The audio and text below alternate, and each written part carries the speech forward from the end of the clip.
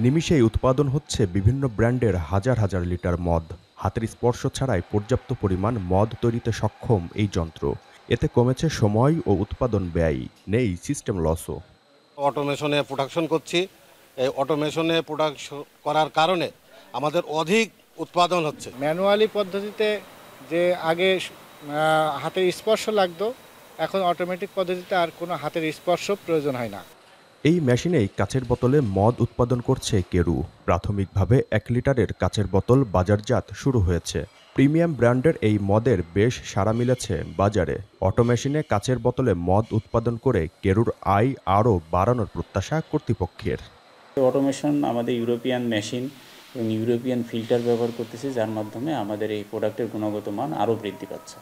তো আশা করতেছি যে আমরা উত্তর কেরু কোম্পানির আর্থিক সমৃদ্ধি আরও বৃদ্ধি পাবে। আগে অনেক সময় দেখা যেত যে আমরা প্রয়োজন মতো ফরেন লিকার বাজারে অনেক সময় দিতে পারতাম না।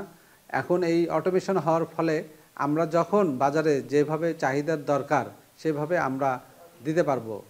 কেরুর মদের চাহিদা বাড়ার সাথে সাথে বেড়েছে রাজস্ব আয়ও। গত অর্থবছরে শুধু ডিস্টিলারি বিভাগ থেকে আয় হয়েছে 150 কোটি টাকা।